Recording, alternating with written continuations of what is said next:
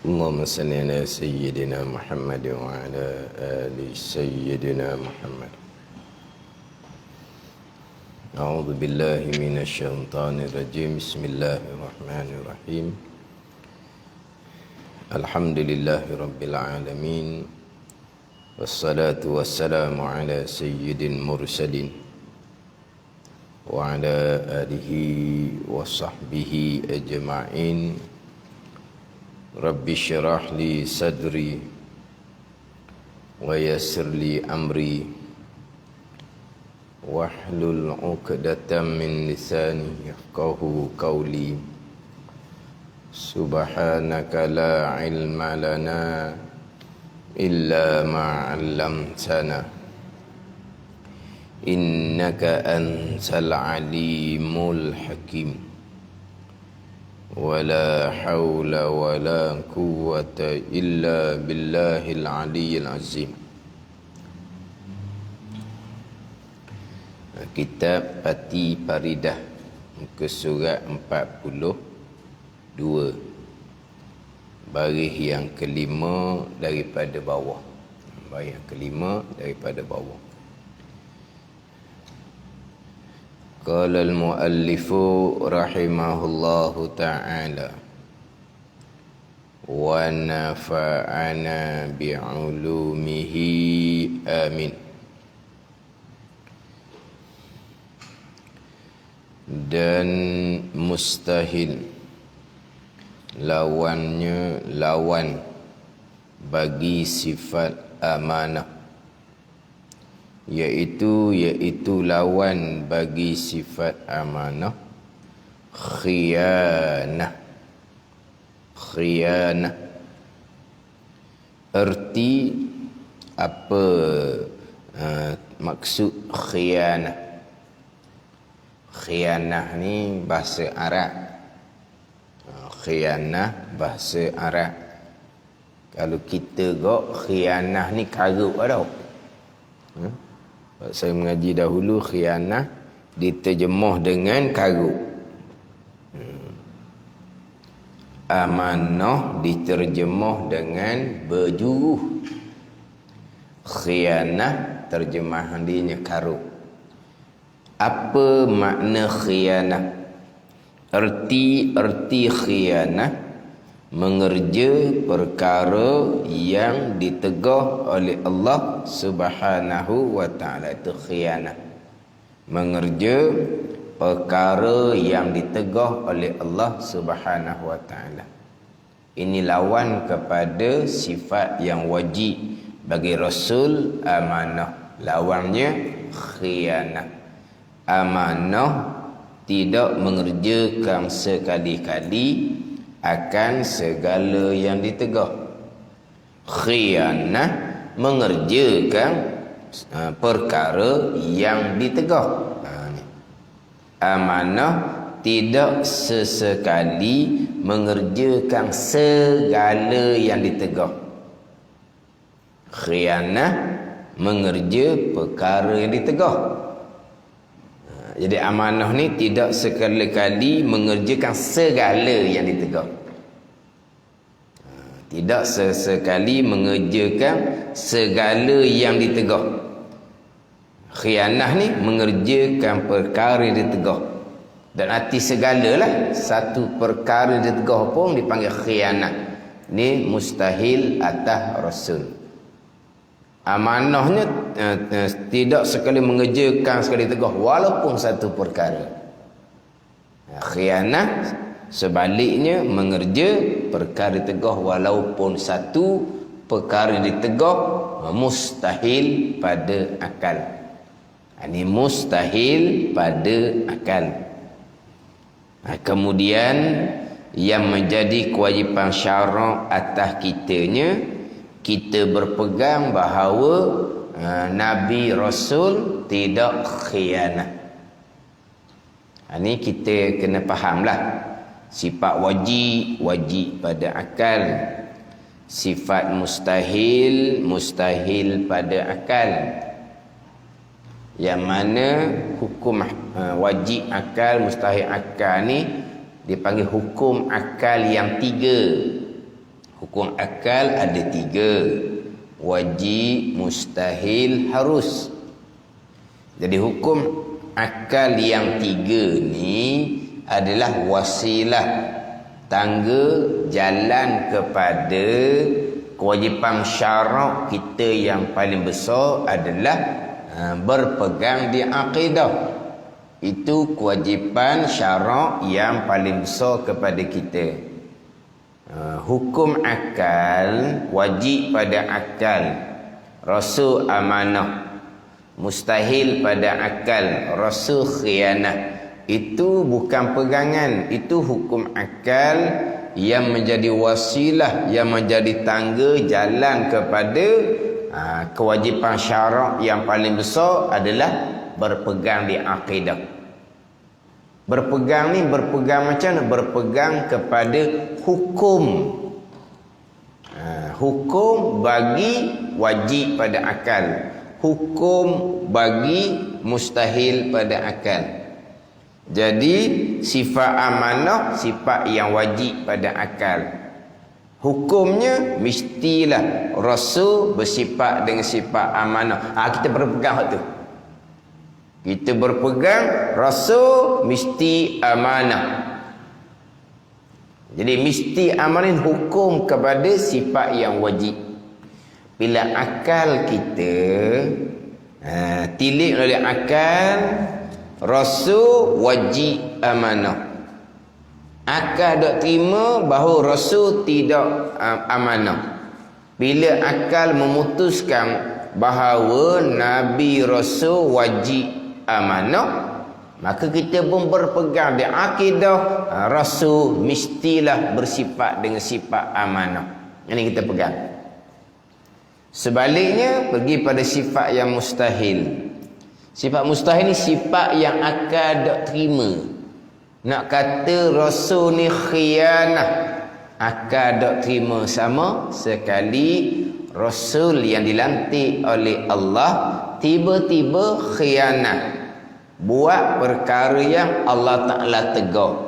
Takkanlah Allah Ta'ala lantik rasul bawa perkara agama kepada umat, tapi rasul yang dilantik itu sendiri mengerjakan perkara ditegur. Akal tak terima, tak sama sekali rasul khianat itu hukum dia. Kita pegang hak tak tu lah. Kita pun berpegang di akidah kita, rasul tidak khianah. Khianah sifat mustahil.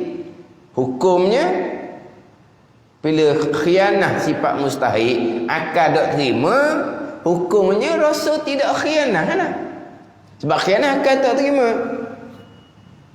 Tidak khianah itu hak wajib. Hak tu wajib pada akal. Rasul tidak khianah itu wajib pada akal. Khianah mustahil pada akal. Kita pun pegang rasul tidak khianah. Atau pegang sifat mustahil, bukan pegang diri sifat mustahil, pegang hukum dia. Apabila khianah akal tak terima di rasul, kita pun berpegang hukum dia bahawa rasul tidak khianah. Yang pertama, kita berpegang rasul amanah. Itu satu pegangan. Pegang kepada hukum sifat yang wajib pada akal di rasul. Yang kedua, kita berpegang rasul tidak khianah. Itu pegang hukum kepada sifat mustahil yang dipanggil istihalatul mustahil. Ni kita faham lah ni dah. Kita duk sebut berulang kali dah. Kita duk mengaji ni, mengaji sifat Allah, mengaji sifat Rasul. Atas jalanan yang masyhur, nanti dia akan bicara terhimpun 50 akidah. Nanti dia akan bicara di hadapan lah. Jalanan yang masyhur 50 lah. Jalanan yang muktamad 36. Satu jalan laginya 58. Itu dia akan bicara di hadapan. Tapi jalanan yang masyhurnya 50 akidah lah. Yang tu duk sebut semua tu kena mengaji 50 akidah. Kita wajib berpegang ke 50 akidah ni. 20 20 sifat yang wajib bagi Allah, 20 sifat yang mustahil bagi Allah, 1 sifat harus bagi Allah. 4 sifat wajib bagi Rasul, 4 sifat mustahil bagi Rasul, 1 sifat harus bagi Rasul. Capu semua 50. Kalau 50 ni pun tak jumpa cari. Serius lah tu, parah gitu tu. Tak jumpa cari 50. Tapi mujurnya tak jumpa cari jumlah. Bila sebut kata 50 tu hak mana? 20 sifat yang wajib bagi Allah, 20 sifat yang mustahil bagi Allah, 1 sifat yang harus, 4 sifat yang wajib bagi Rasul, 4 sifat yang mustahil bagi Rasul, 1 harus. Tu saya berpegang dah, tak apalah. Cuma komang lah siapa ke dia sebut 50 akidah tu tak tahu hak mana. Komang lah, tapi mujur lah ke 50 tu ada di akidah. Jadi macam mana kita nak berpegang hak 50? Kalau sifat wajib, kita berpegang Allah Ta'ala ada, Allah Ta'ala sedia. Tu hak wajib. Hak mustahil kita nak pegang macam mana? Hak mustahil. Tak ada Allah, mustahil. Baharu Allah, mustahil. Binasa Allah, mustahil. Jadi nak pegang macam mana kalau hak mustahil? Kita pegang akan hukum dia. Kita pegang akan hukum dia. Akan hukum kepada sifat mustahil. Tak ada Allah, akan tak terima tak ada Allah ni. Keluar hukumnya, tak ada Allah, tak sama sekali. Tu pegang tu lah. Baharu Allah, baharu akan tak terima. Tuhan macam mana? Dia baharu macam makhluk. Jadi baharu Allah akan tak terima. Nak kata sungguh di Allah, kita berpegang Allah tak baharu. Pegang tu lah hukum dia. Bukan pegang bukti tak ada tu sifat mustahil.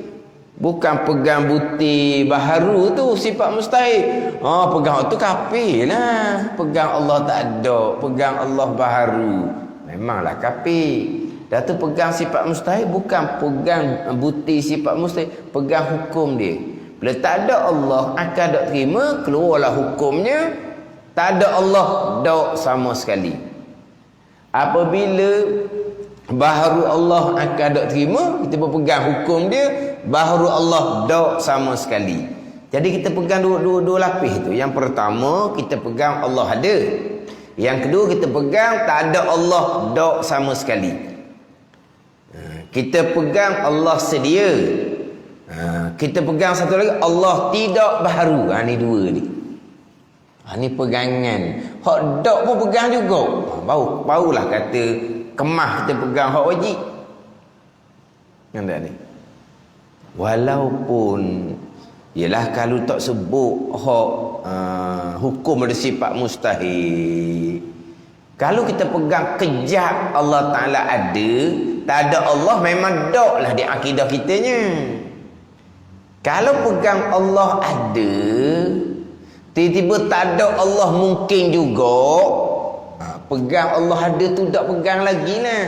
Sebab pegang Allah ada ni nak panggil pegangan. Simple pegangan. Ada ni. Ikat. Jadi kalau sipu ikat Allah Ta'ala ada, tak ada Allah tu tak sama sekali lah. Tiba-tiba tak ada Allah mungkin. Mana kata pegang Allah ada tu tak panggil pegang lagi. Sebab pegang ni sipu mati, jazam putus sekata-kata. Allah ada. Bawa panggil pegangan. Jadi bila berpegang putus Allah Ta'ala ada, sekata-kata putus, yakin tak ada Allah, tak sama sekali. Keluar situ lah. Gitu kalau betul-betul berpegang Allah Ta'ala ada. Tapi tak ada Allah ni nak kena pegang juga. Biar sahih bahawa tak ada Allah, jazam di hati kita, putus di hati kita, tak sama sekali. Ni. Dia gitu. Faham tak ni? Contoh dalam ayat Al-Quran. Wa tawakkal 'alal hayyil ladzi la yamut. Berserahlah kamu atas Tuhan yang hidup, yang tidak mati. Tu. Tuhan yang hidup memanglah tidak mati. Tapi kenapa Allah Ta'ala sebut dengan tidak mati? Hak Tuhan hidup kita kena pegang. Tuhan tidak mati kita kena pegang. Mati sifat mustahil.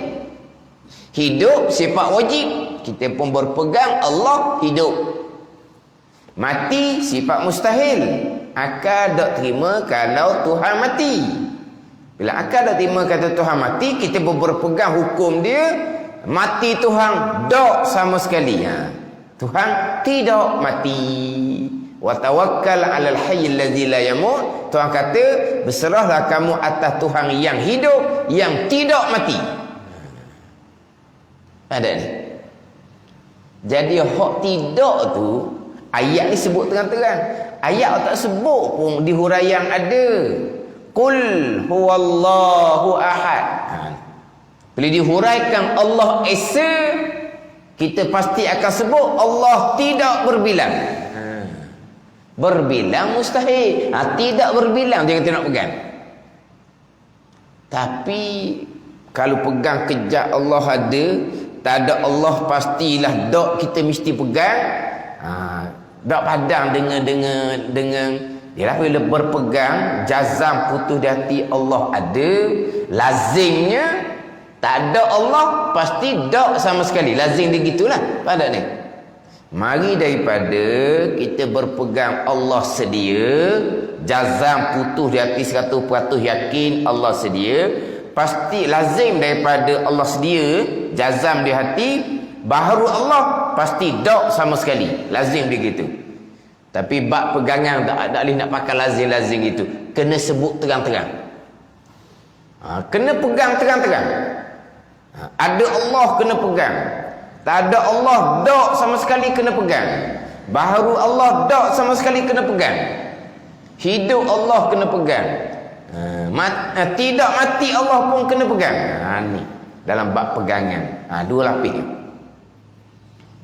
Sifat wajib kita pegang sungguh di Allah dan Rasul.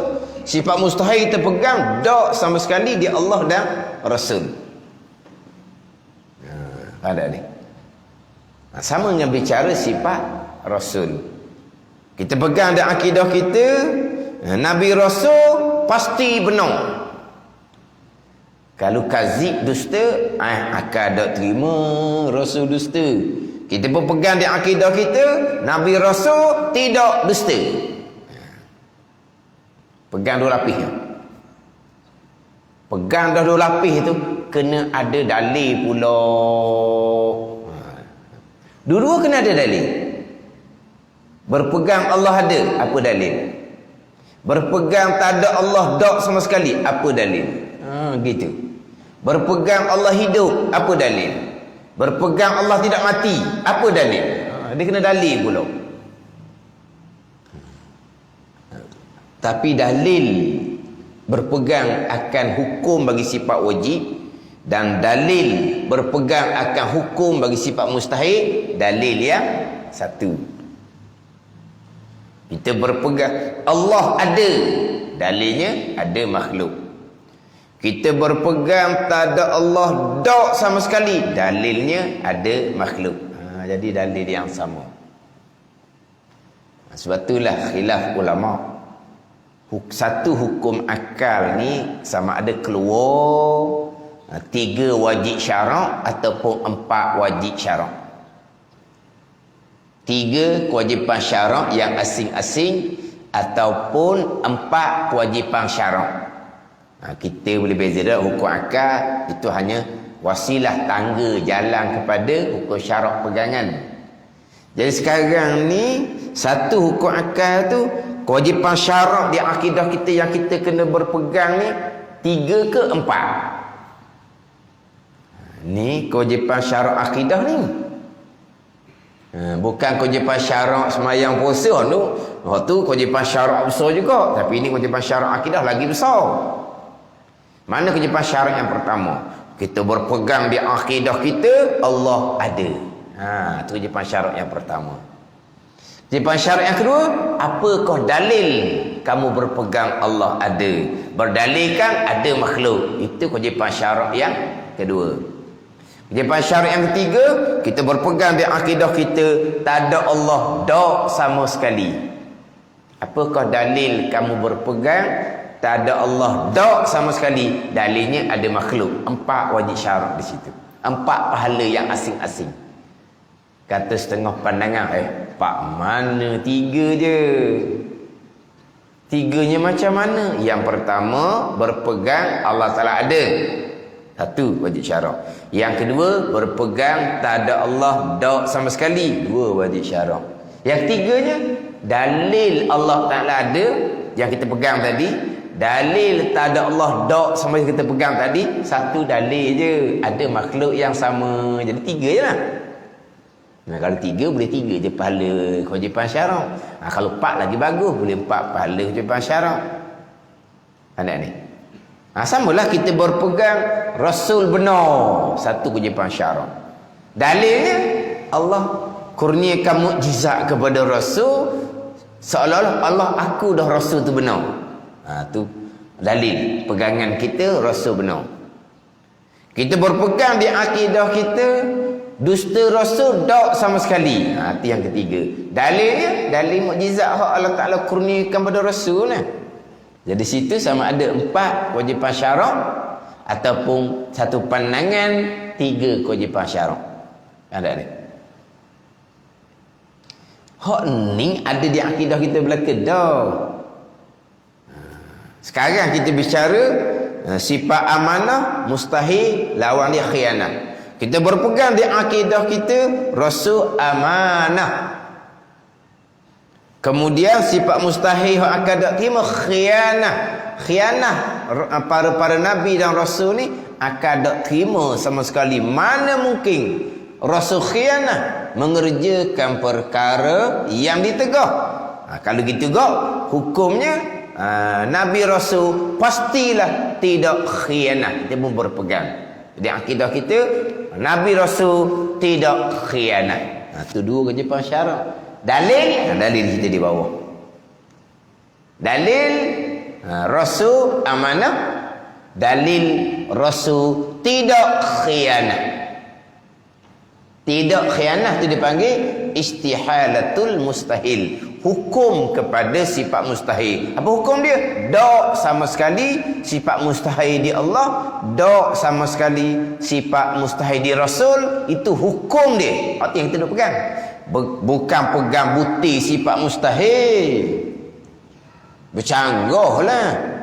Berpegang Rasul benar, sifat wajib. Berpegang Rasul dusta, sifat mustahil. Bercanggah lah jadinya. Berpegang Nabi Rasul amanah, sifat wajib. Berpegang Nabi Rasul khianah, sifat mustahil. Mengaji biasa mana gitu. Dah kata berpegang dengan akidah 50, berpegang sifat wajib bagi Allah dan Rasul, berpegang sifat mustahil bagi Allah dan Rasul, bukan pegang bukti sifat mustahil bagi Allah dan Rasul, pegang hukum dia. Lemah dak sama sekali di Allah Taala. Jahil dak sama sekali di Allah Taala. Itu pegang tu. Kazib dusta dak sama sekali di Rasul. Khianah dak sama sekali di Rasul. Kitman sembunyi wahyu dak sama sekali di Rasul. Baladah bodoh lawan pada sifat fatanah dak sama sekali di Rasul. Kita berpegang Rasul tidak dusta, Rasul tidak khianah, Rasul tidak sembunyi wahyu, Rasul tidak bodoh. Itu pegang hukum kepada sifat mustahil bagi Rasul. Itu keluar berpegang 50 akidah. Ini pegang hukum dia. Sama juga dengan sifat Allah nanti bicara di hadapan. Harus pada akal. Rasul bersifat dengan sifat manusia. Harus pada akal. Kalau sebut kata Rasul makan, manusia akal boleh terima. Kalau kata Rasul lapar, manusia akal boleh terima. Kalau sebut kata Rasul jaga sedar, manusia. Rasul tidur, manusia. Manusia. Tang jaga, tang tidur, manusia. Itu harus pada akal. Apabila akal memutuskan seumpama tu, boleh jadi belaka. Kalau kata makan, akal boleh terima, boleh jadi. Kalau kata lapar, akal boleh terima, boleh jadi. Kita pun berpegang di akidah kita atau wajib syarak. Rasul manusia yang bersifat dengan sifat manusia. Gitulah. Tu pegangan kita. Rasul tidak bersifat dengan sifat Tuhan. Sebab Rasul bukan Tuhan, sebab Rasul manusia. Rasul pasti tidak bersifat dengan sifat malaikat, sebab Rasul bukan malaikat, Rasul manusia. Kita pun berpegang di akidah kita, Rasul bersifat dengan sifat manusia. Yang mana sifat manusia ni harus pada akal boleh terima. Sebagainya sifat manusia ramai-ramai. Tapi sifat manusia yang tidak mengurangkan martabat Rasul.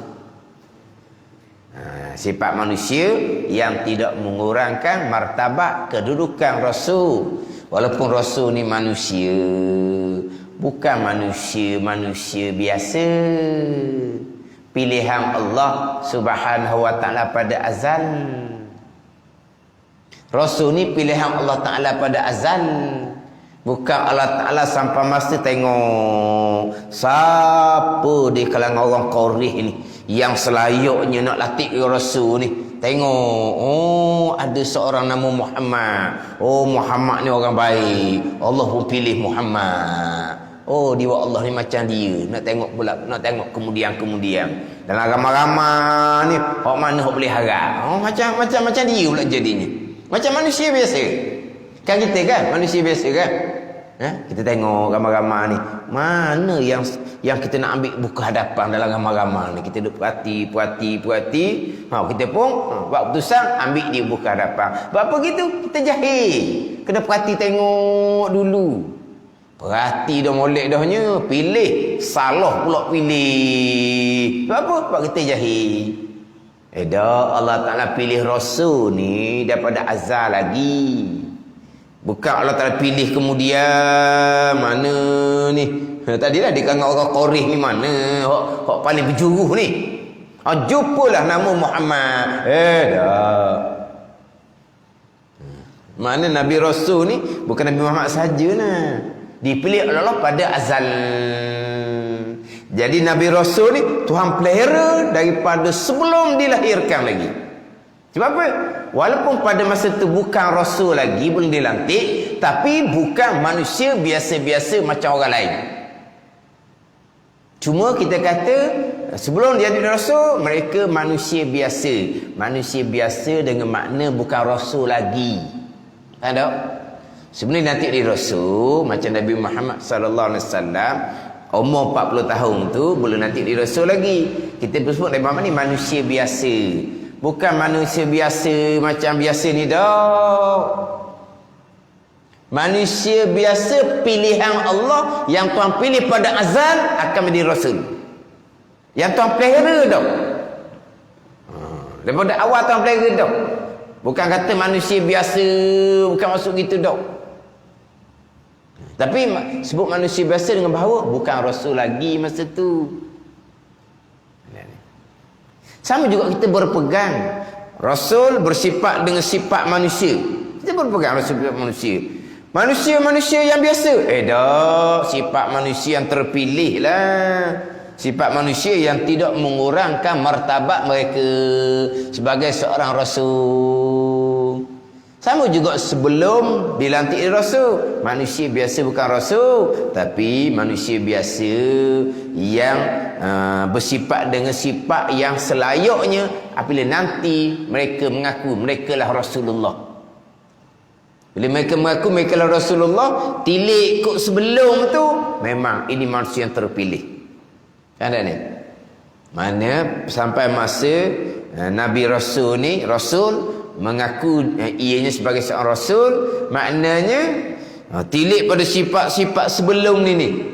Manusia biasa bukan Rasul ni. Ada sifat dengan sifat yang sebagaimana manusia pilihan Allah Subhanahu wa ta'ala. Sebab itulah cerita bab Nabi Rasul ni kena guna ayat molek. Walaupun mungkin kosak niat kitanya bukan nak merendahkan, cuma nak cerita Nabi Rasul ni manusia biasa. Manusia biasa macam orang lain. Macam orang lain ni macam mana? Macam orang lain ni makan, minum, situ. Bukan macam orang lain seperti orang lain sepenuhnya, bukan. Faham tak ni? Nabi selepas jadi Nabi pun bersifat dengan sifat manusia macam orang lain juga, tapi tak seperti orang lain sepenuhnya. Bersifat dengan sifat manusia yang tidak mengurangkan martabat. Ada ni. Mana kita nak ceritanya Nabi ni sebenarnya Rasul manusia biasa, kena guna ayat molek. Jangan kita guna ayat macam nak cakap dengan manusia biasa. Ada ni. Sebab ni kita cakap ni manusia yang dipilih pada azal menjadi Nabi dan Rasul. Mana kalau kata sebelum jadi Nabi Rasul manusia biasa ni, kena guna ayat molek. Takut orang dengar ni seolah-olahnya bukan kata mengurangkan, menyama pun kita tak mudah. Ada ni. Mengurangkan, itu lagi berat. Menyama. Nak wis sama ni Nabi sebelum dilantik di Nabi ni sama lek-lek itu kan. Lek-lek pada. Sama sungguh-sungguh dengan manusia lain. Dah. Sama ni makan, minum sama gitulah. Bukan sama sungguh-sungguh waktu guna-guna ayat molek. Nak sama pun tak boleh. So nak cerita macam kurang pula. Jangan. Tapi tak ada orang niat kosak nak mengurangkan. Tapi guna ayat yang bergaluh. Jangan kita menggunakan ayat yang boleh menimbul waham, menimbul sangkaan sebaliknya. Kita bicara berkaitan dengan sifat Allah, kita bicara berkaitan dengan sifat Rasul ni, kita kena bicara walaupun perkara itu betul, tapi kalau boleh menimbulkan sangkaan sebaliknya, tak boleh nak cakap. Tak boleh nak cakap seumpama tu. Macam contoh saya baca Aqidatun Najis malam tu. Sifat berkehendak kepada zat. Betul lah gitu, cerita sebut umum gitulah. Tapi kita boleh kata tak sifat kudrah Allah berkehendak kepada zat Allah. Dah. Kalau kata gitu haram. Sebab apa? Jadi mana kesamaran berkehendak ni macam perkara yang baru. Jadi macam kudrah sifat Allah ni macam sifat yang baru pula situ. Tapi apabila sebut kata kudrah berkehendak pada zat, bukan maksud kudrah tu baru. Maksudnya sifat memanglah berkehendak kepada zat. Sebab sifat ni dia tak boleh nak duduk suku. Faham tak ni? Termasuk sifat yang baru. Sifat yang baru ni boleh tak kita sebut sifat tu tanpa sandar di sesuatu benda, boleh tak? Putih. Putih tu sifat. Putih. Tak boleh kata putih gitu. Putih ni mana? Putih di kertas. Ada zat dia. Kertas tu zat. Putih ni apa? Putih dinding. Dicat rumah di mana putih. Jadi sifat ni tak boleh sebut suku, dia kena di benda. Kan ni? Kalau sebut putih, tak kena gitu. Besar sungguhlah. Besar tu sifat. Besar apa? Besar lah. Tak ada besar gitu. Tu sifat. Dia kena ada di besar orang, besar rumah, besar bangunan. Mana apa ni? Orang tu zat, rumah tu zat, bangunan tu zat. Memang sifat dia kena duduk di sesuatu benda, sesuatu zat. Memang sifat dia gitu. Mana sifat berkehendak kepada zat. Itu ayat dia. Tapi boleh tak kita nak kata sifat kudrah Allah yang sedia kala berkehendak pada zat Allah? Jangan duk cakap gitu. Tak boleh cakap gitu. Lepas tu nak kata mana? Sifat kudrah Allah berdiri, berada di zat Allah. Jangan guna ayat berkehendak. Sebab apa? Boleh menimbul waham. Waham ni sangkaan jadi seolah macam baru pula. Sebab berkehendak ni sifat yang baru. Macam kita lah berkehendak kepada Allah Ta'ala gitu.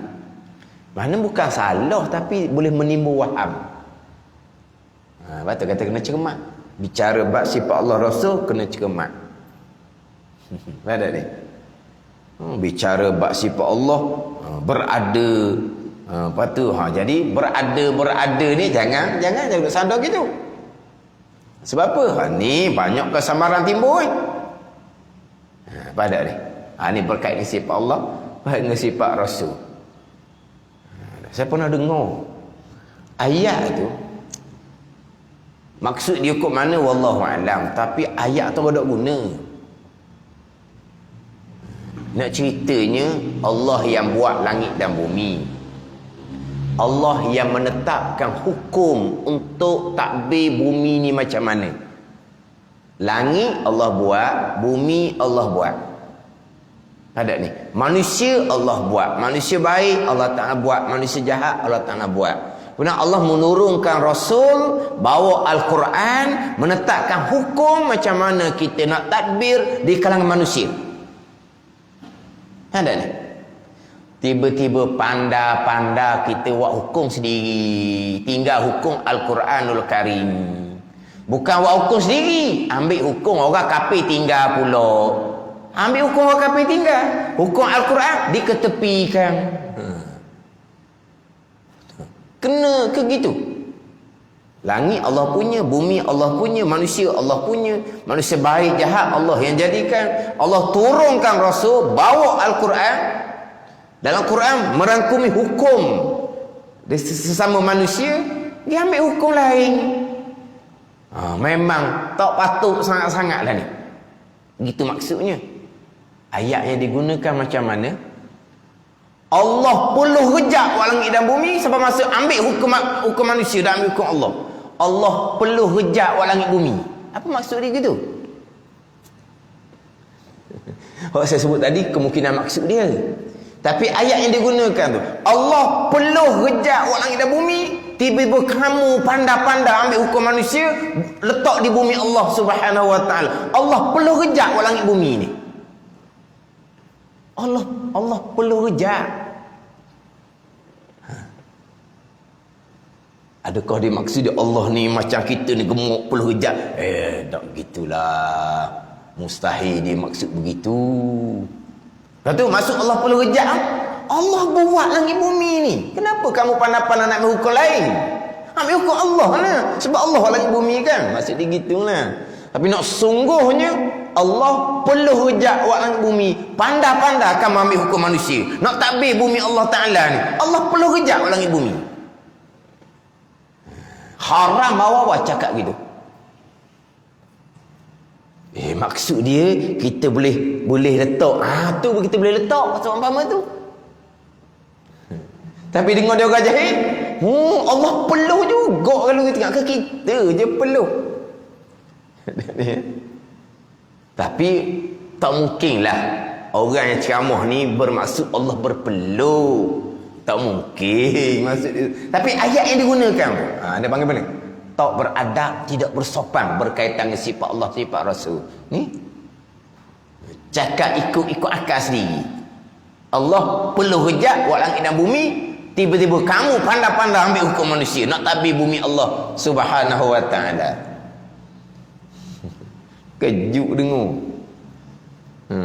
Kata itulah tercakap-cakap babak sifat Allah dan Rasul ni. Kena berlalu. Kita balik pada Rasul tadi lah. Memanglah sebelum jadi Nabi Rasul manusia. Manusia yang bukan Nabi Rasul. Tapi ingat baik, manusia yang telah dipilih oleh Allah pada azal akan dilantik Nabi dan Rasul. Bukan kata Allah tengok kemudian di kalangan kaum ni siapa yang baik. Dah. Semuanya datang daripada pilihan Allah Subhanahu Wa Taala pada azal. Jadi apa maksud pegang sifat wajib, apa maksud pegang sifat mustahil, dan apa maksud pegang sifat harus. Pegang hukum dia. Jadi sekarang ni sifat yang mustahil lawan pada sifat amanah ada khianah. Erti khianah mengerja perkara ditegak oleh Allah. Ni akal tak terima. Kita berpegang di akidah kita, Nabi Rasul pasti tidak khianah, pasti tidak mengerjakan perkara yang ditegah oleh Allah Subhanahu wa taala. Tu pegangan kita. Jadi mengerjakan perkara yang ditegah tu dia panggil khianat. Kita pun samalah. Buat perkara yang ditegah dia panggil khianat. Khianat dia panggil. Kita khianat ni skala biasanya kita khianat ni main tu bomo dah. Tu mana? Kita ni kalau sebut khianat ni main tu bomo lah. Khianat ke kenayat? Tu hak main tu bomo tu lah, sihir-sihir tu panggil apa? Khianat dah. Kena khianat orang cerah berat. Kena khianat orang tutup kedai. Khianat panggil tau. Ke kenayat? Kenayat macam mana? Khianat, kenayat awak tulis je tau. Khianat dengan kenayat. Ke lain kenayat? Mu ni kenayat barang. Kau panggil kenayat tau. Buat punah barang panggil kenayat tau. Mu ni kenayat ke benda lah. Sayang ke benda molek-molek. Mu kenayat gitu. Ke dah betul ayat tu? Kita Terengganu Melaka ni. Ke macam mana? Khianat dengan kenayat kat mana?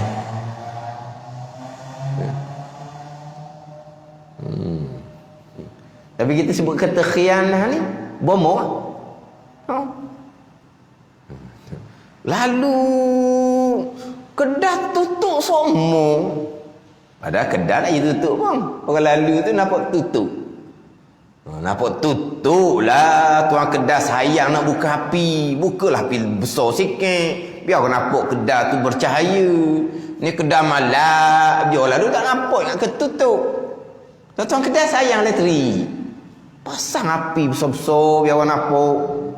Lepas tu orang tak nampak kedah dia kena buka, dia buka. Kedah kena kenayat dah dia kata. Kena khianat.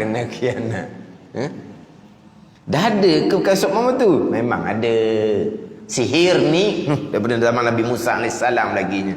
Pada masa Nabi SAW, sihir puak-puak Yahudi.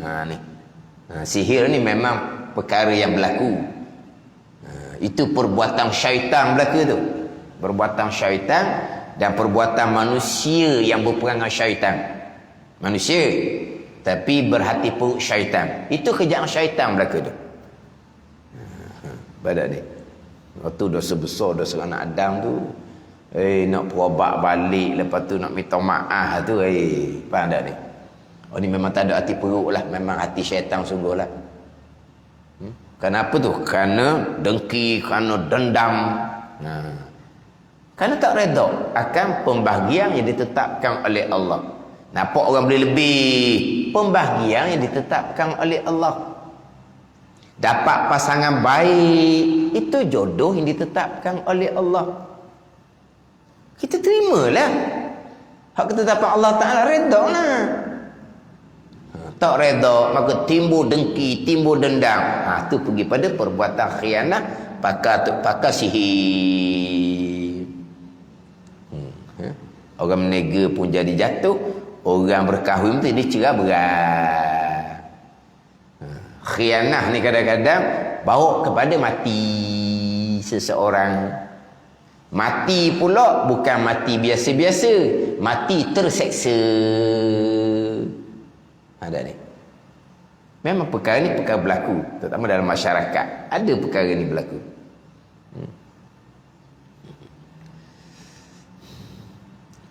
Dia rebuh kepuk.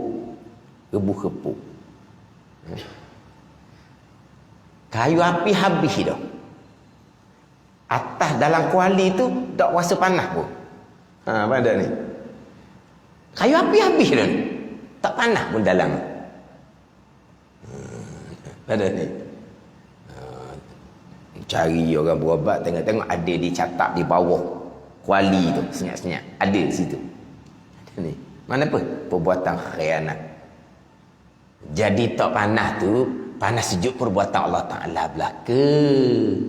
Selama-selama ni kita ni bubuh kayu api jadi panah dalam kuali tu qada qadar belaka. Jadi panah ke tidak panah ke, qada qadar tu pegangan kita.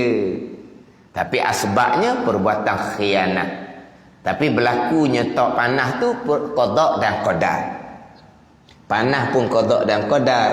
Jadi tak panah pun qada dan qadar.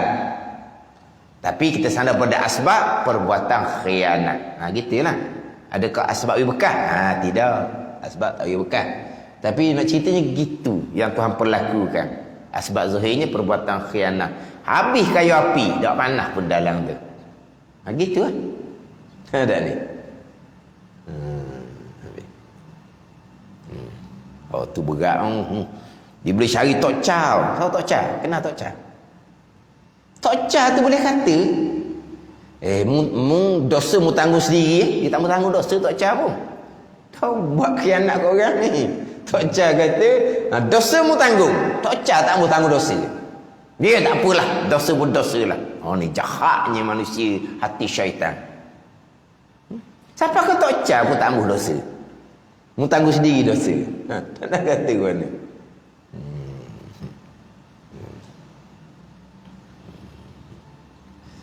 Sebab tu kita ni apa-apa nikmat yang dikurniakan oleh Allah, kita janganlah highlightkan. Sebab apa? Orang ada macam-macam.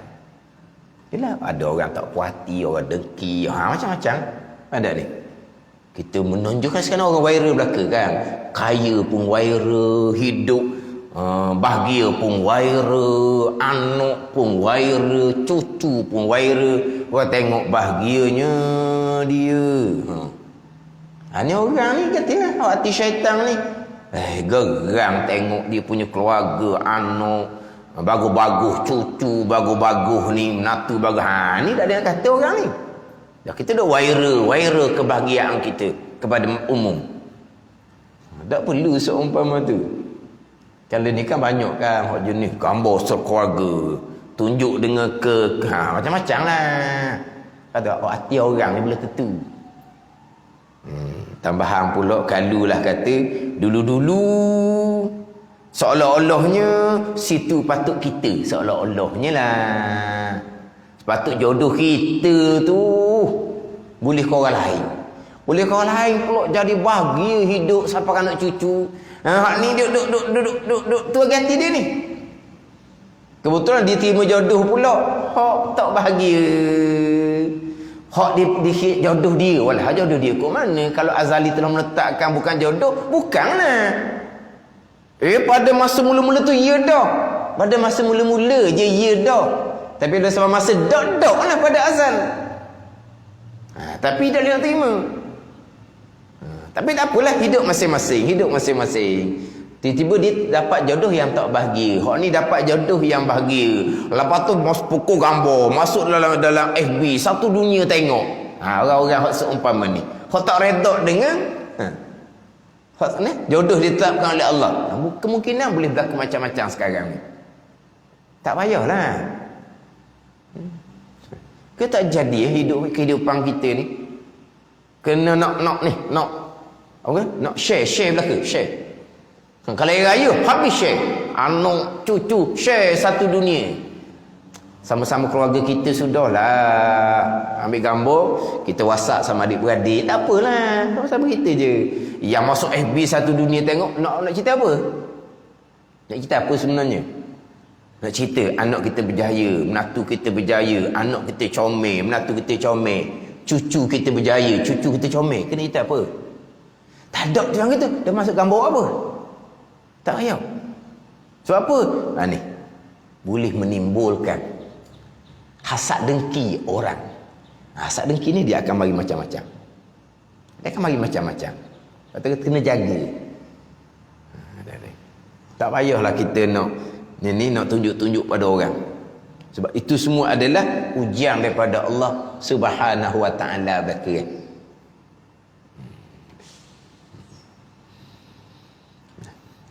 Kita nak cerita bab khianah je tadi. Sebab kita biasa sebut khianah kok. Bomo. Khianah ni kita buat benda Tuhan larang. Ya'lamu kha'inatal a'yuni wa ma tukhfis sudur. Mengetahui Allah Ta'ala akan mata yang khianat. Apa mata khianat? Tengok perkara yang ditegah oleh Allah, tu mata yang khianat.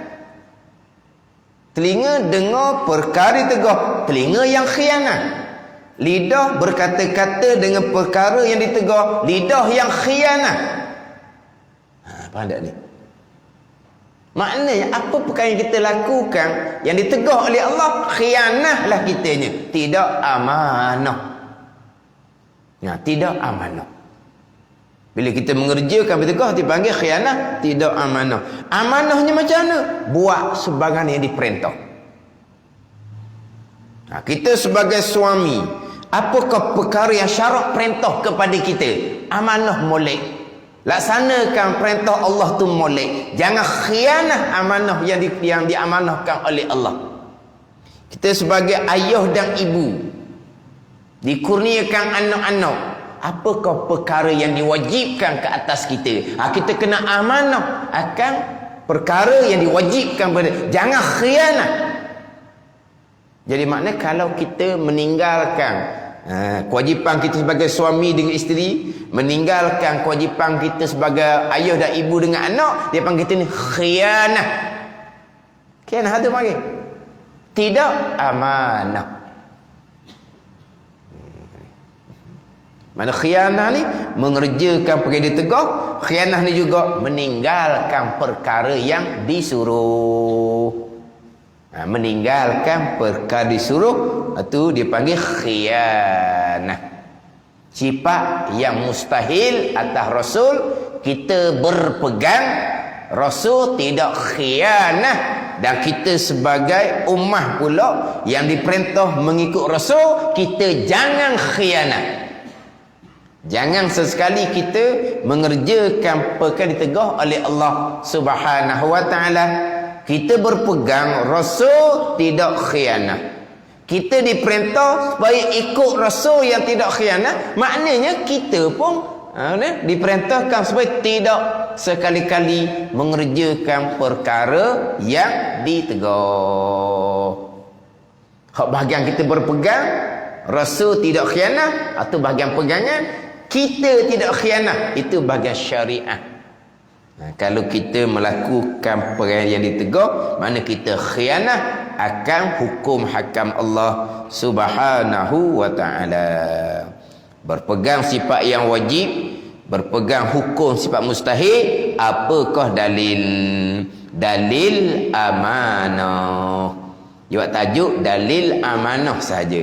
Dalil amanah ni jugalah menjadi dalilnya tidak khianah Rasul. Dalil tajuknya dalil amanah. Tapi dalil amanah ni jugalah menjadi dalil kita berpegang Rasul tidak khianah. Dengan dalil yang sama, dalil kita berpegang Rasul amanah, dengan dalil kita berpegang Rasul tidak khianah, dengan dalil yang sama. Ini kewajipan syarak ke atas kita. Wallahu a'lam.